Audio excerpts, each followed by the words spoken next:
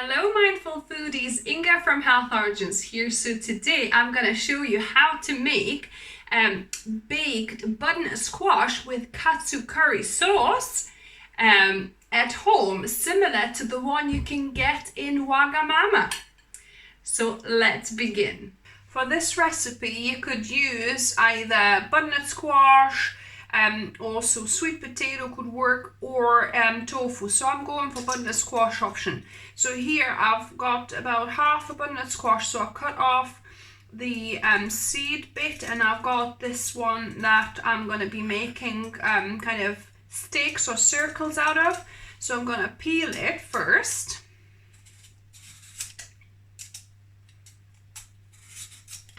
So I've peeled my butternut squash. Now I'm going to slice it into kind of about less than centimetre or about centimetre size slices. You don't want them too thick because you want them to kind of bake quite nicely. So yeah, something like that.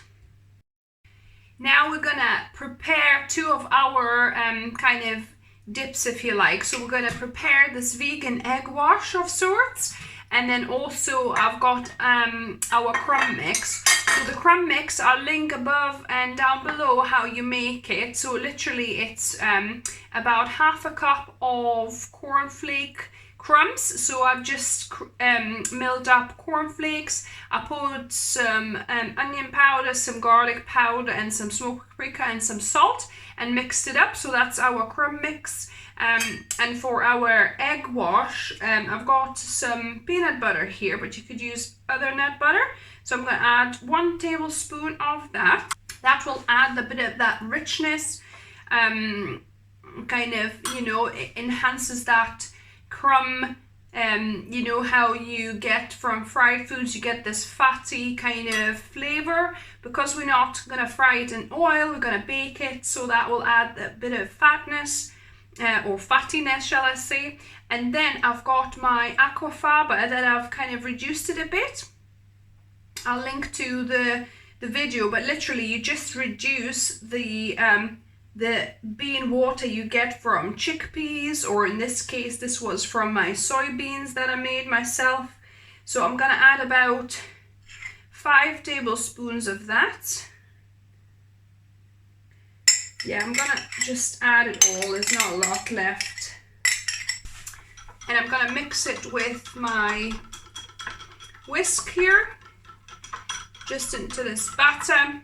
If it's too thick, it is quite thick, but I'm gonna leave it thick because I want a good coating. If yours is, you know, way too thick, you can add a little bit of water to this. I might add a little tiny bit, we'll see. How it coats actually. I'll just add it to the bowl or a plate, and we'll see how we get on. So basically what you want to do, you want to dip it in the vegan egg wash of sorts, yeah, into this one, and then coat it all around nicely, and then we're going to dip it into our crumb mix. Shake it around and then flip it over as well. There we go. Shake some more on this side, and that's it. And I'm going to be placing it in our baking tin, non-stick baking tin. If yours is not a non-stick, then you might want to put a parchment paper in there. I might need to make more crumbs because I don't think we have enough. So I'm going to just continue doing it with the rest of this. So I've made some more crumb mix. Looks lovely, this. And this is a little bit too thick, so I'm going to add a couple of tablespoons of water here.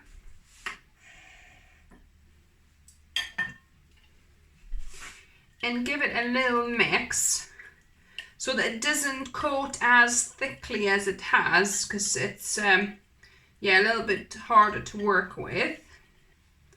Yeah, that's much nicer and cleaner when this is not as thick.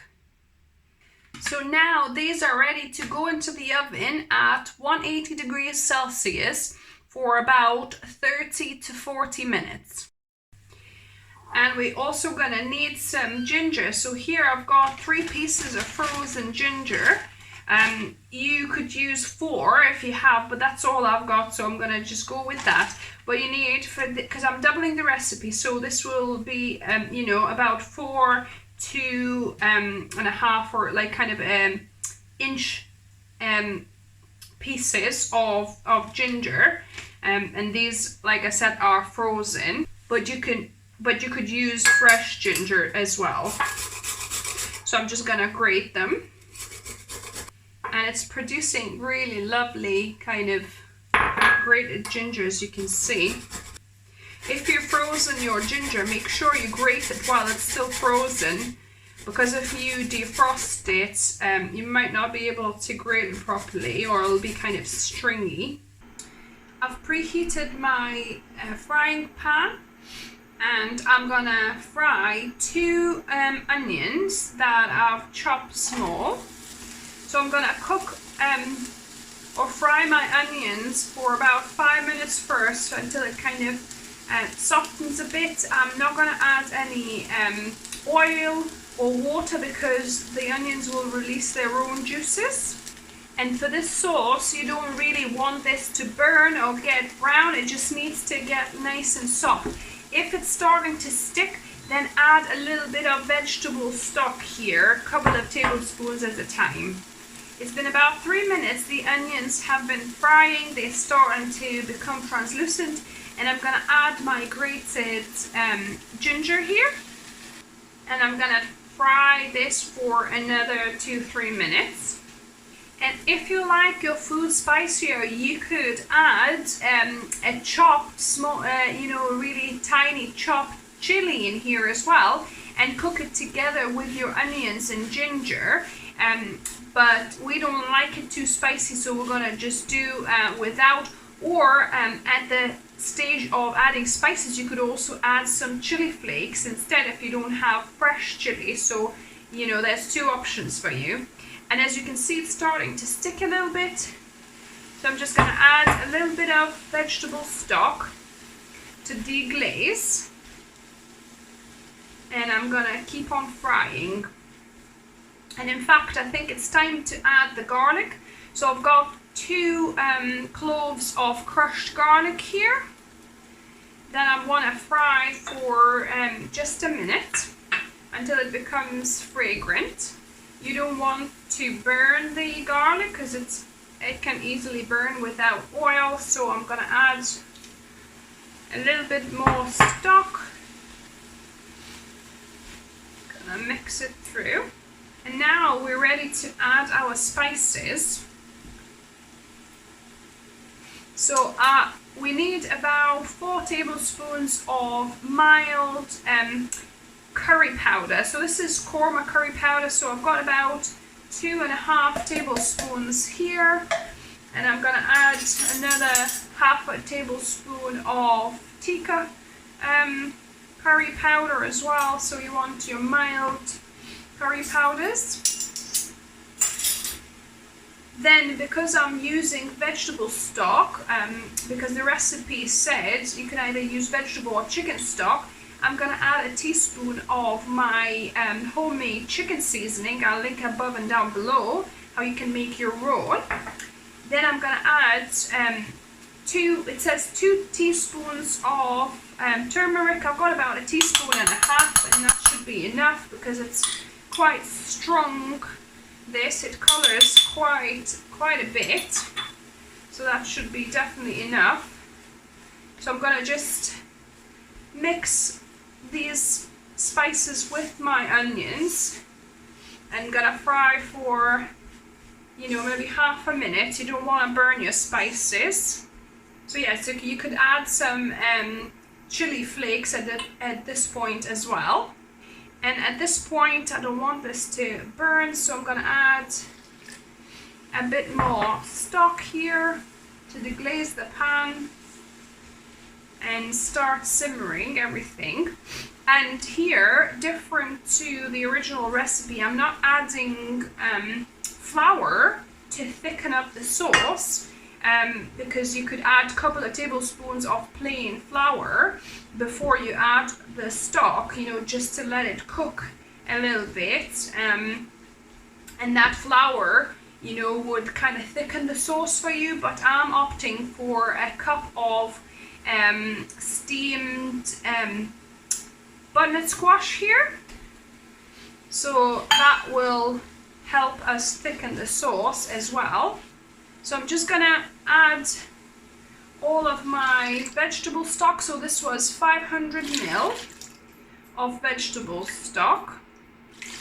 I'm gonna get this to boiling again. So as you can see, my curry mix has started boiling again. I'm gonna add 1 cup of light coconut milk here, but if yours is full fat, then maybe you could add about 200 ml of coconut milk.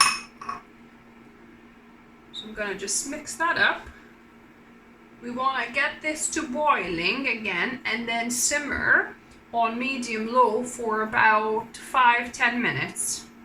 The katsu curry mix is starting to boil and bubble again, so I'm gonna keep it on medium-low simmer, and I'm gonna leave it simmering for about 10 minutes. It's been 10 minutes. The sauce has been simmering, and now I'm gonna add 2 teaspoons of soy sauce. It says light soy sauce. I don't have light, so I'm just adding the normal dark soy sauce, and 2 teaspoons of rapadura sugar, or you could add coconut sugar or what kind of other sugar you want to use, just to add a little bit of sweetness to this. I'm gonna mix that through, and I'm gonna let this simmer for another couple of minutes. I'm gonna switch my pan off. I'm gonna pour this sauce into our jug here, and I'm gonna blend it until smooth with a stick blender.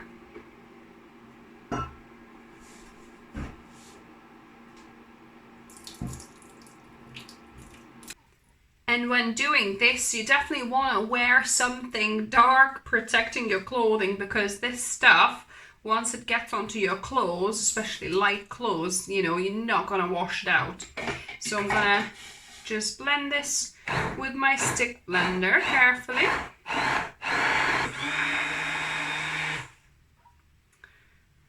So as you can see, the curry sauce is looking fairly smooth.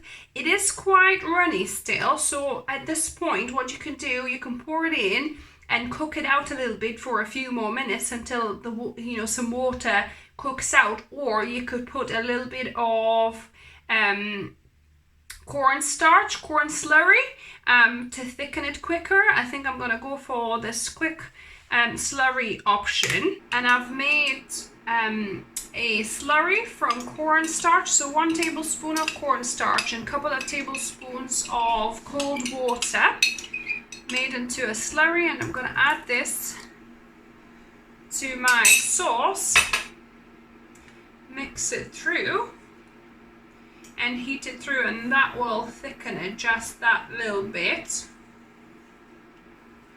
All we need to do is to get this to boiling again, and that will be thickened. Now that is looking good. It's thickened up a little bit, so I'm going to switch that off.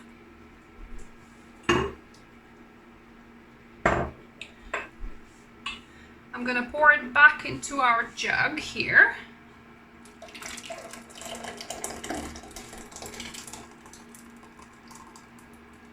Good.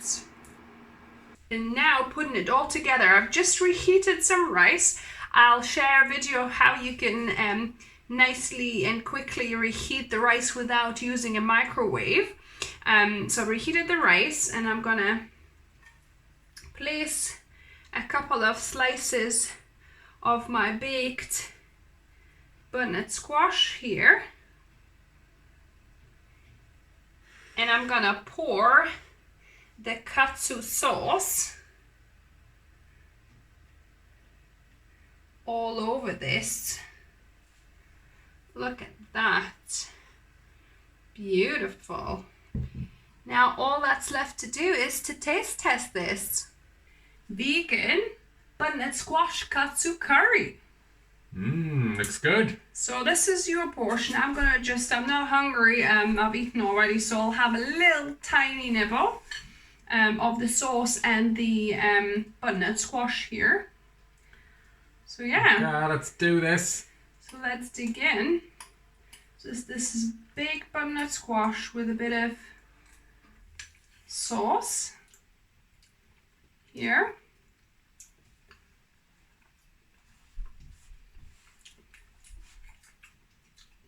It is a little bit spicy, isn't it?